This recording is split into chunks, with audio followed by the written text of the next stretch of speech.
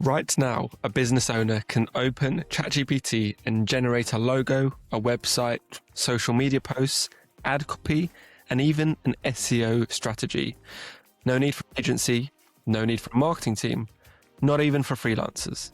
So the question a lot of people are asking is very simple.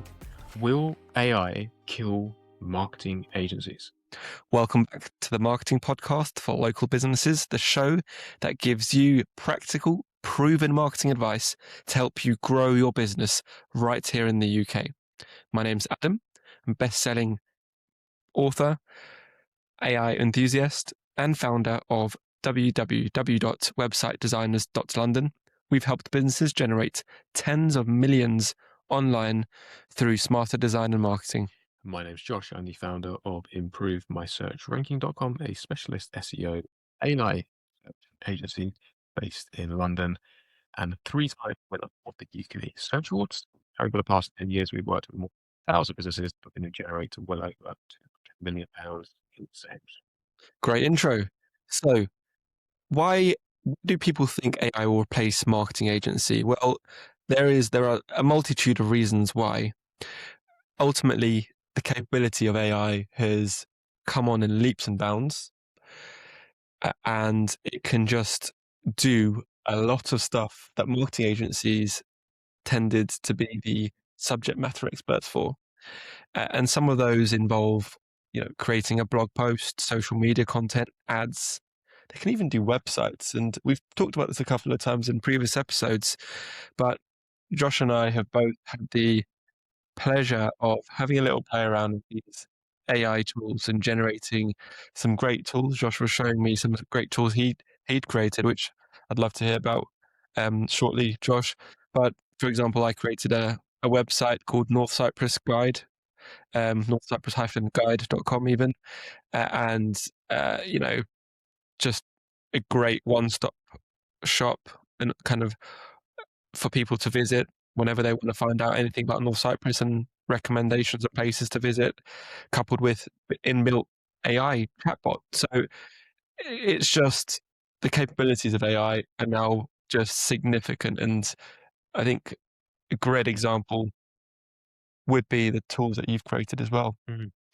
Yeah, so I've recently developed a series of tools for our own business to help with our SEO service, essentially. So we have trained an AI to some degree, I suppose, on our standard operating procedures, our processes and systems and frameworks.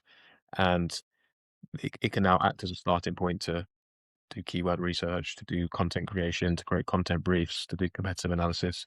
So this is all possible now with AI, and it's one of the main reasons why people think AI could replace marketing agencies. I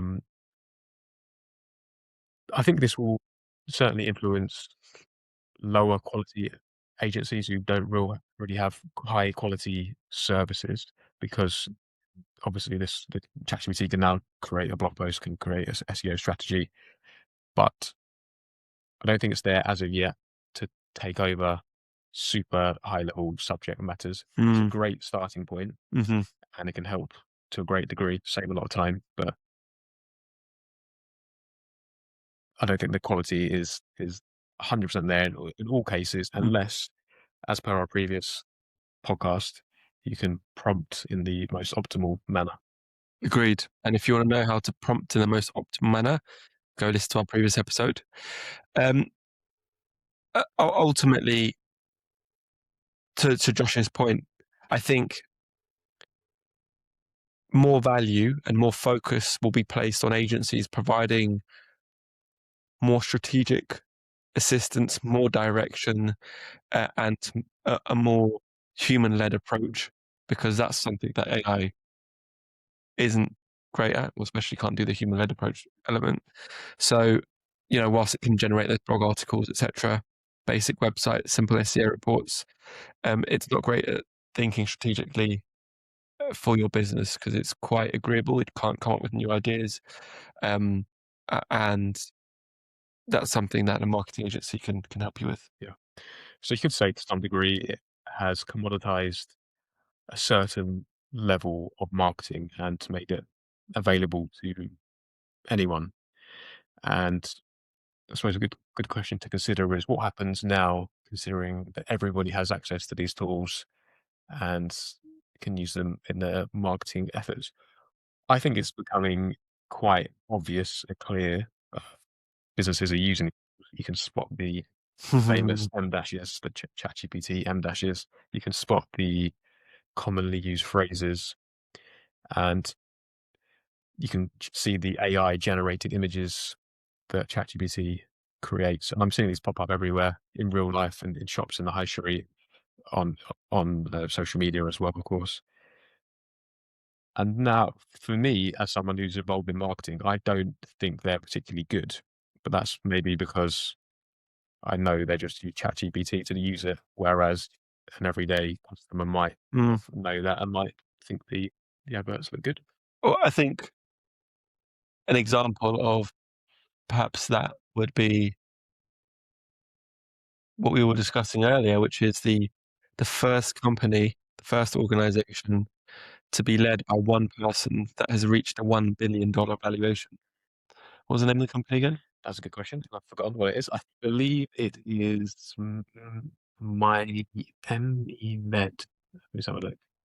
So whilst you're looking at that, what I will say is the kind of the crux of what we're trying to convey here is differentiation will become harder.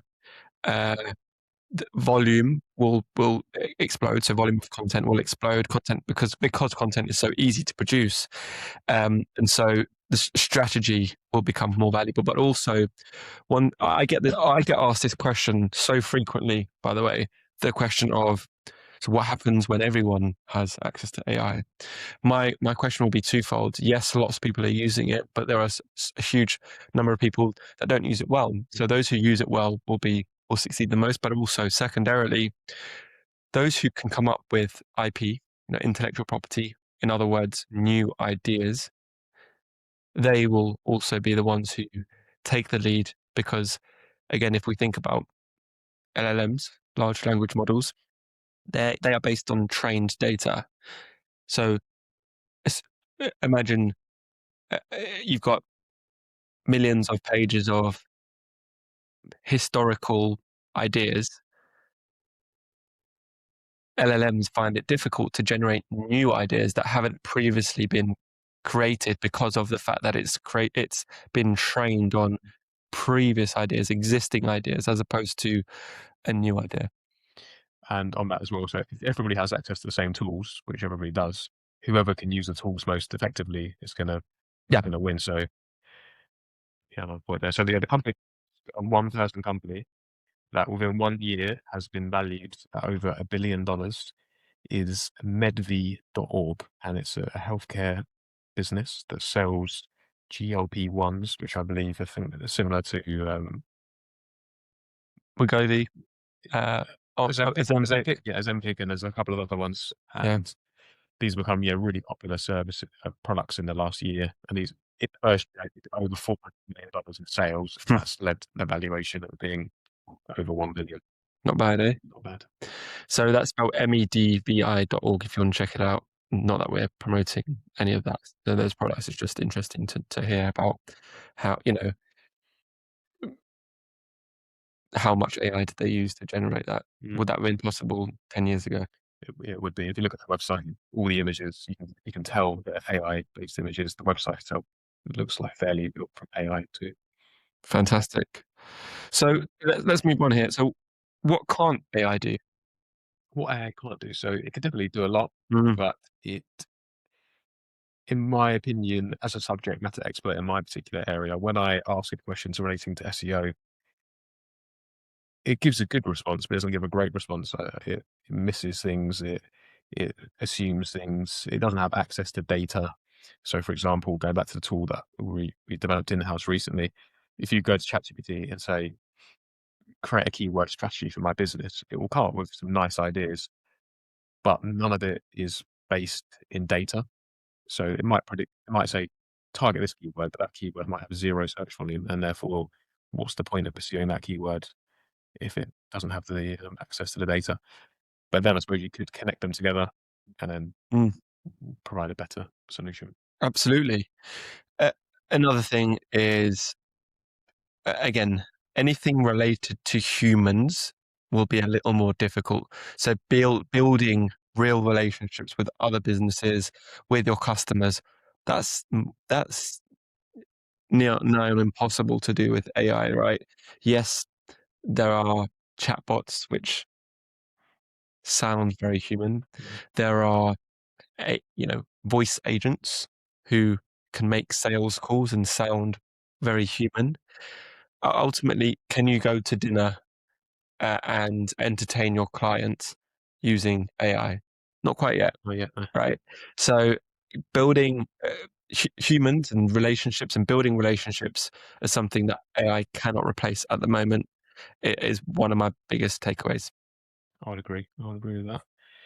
Cool. All right. So the agencies that will disappear, there are the topic of this conversation is, will AI kill marketing agencies? And I think we've alluded to the fact that AI is very good at some things, and it could replace some agencies, but I think it's only going to replace those businesses that provide a low quality service or are very low cost and easily replaceable with these new technologies. So graphic designers who charge £25 for a logo, Hmm. website builders who charge £100 to make a website. These are at risk, I think, at the Yeah, moment. agree. And I'd use the word at risk as opposed to disappear, because I think there'll always be a small market, but it will be extremely more competitive, extreme risk.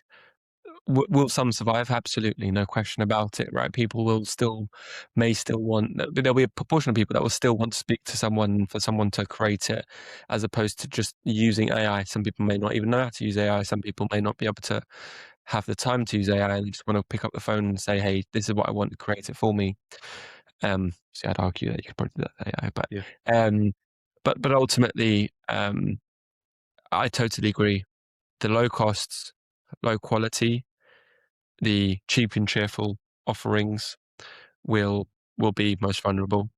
Um, for example, if your agency is just a copywriter, and copywriters, feel free to come at me, put my boxing gloves on.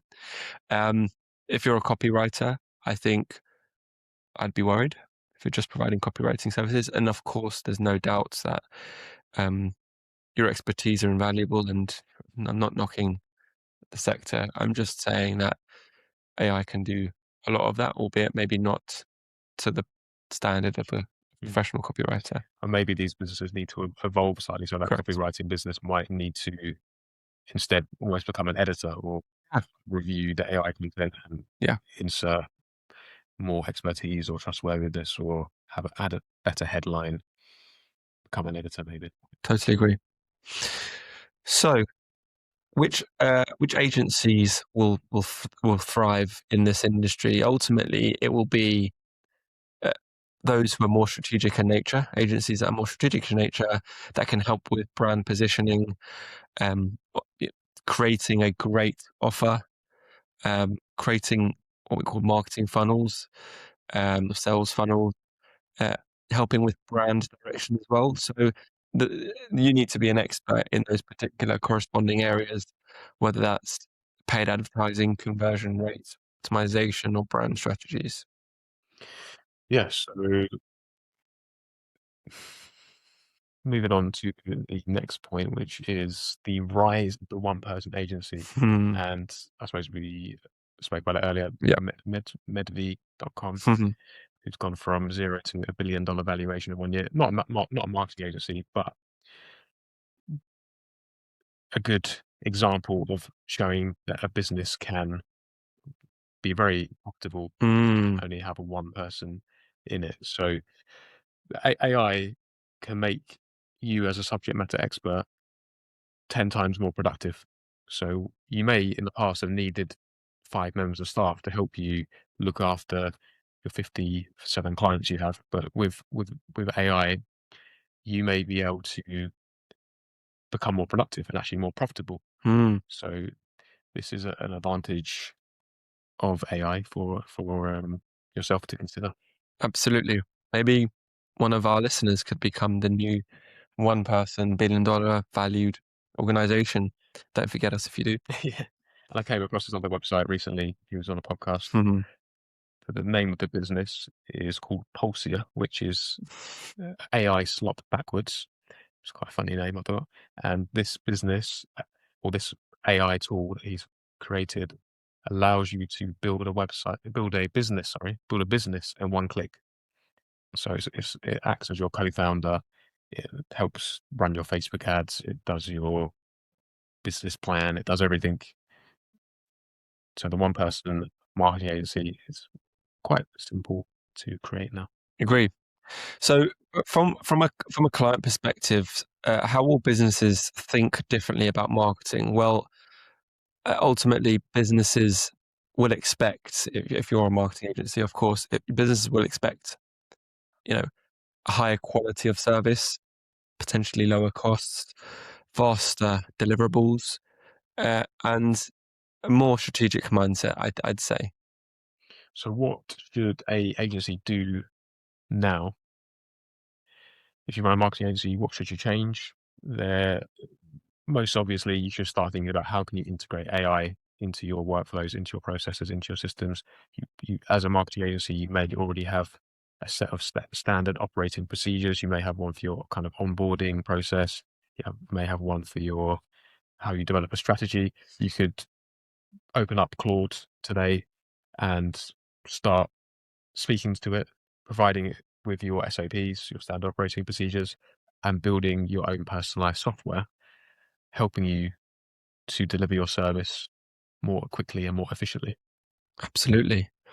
So look, the bigger picture here is as we come to a close, AI may not replace agencies overnight, but it will change what the client's expectations are.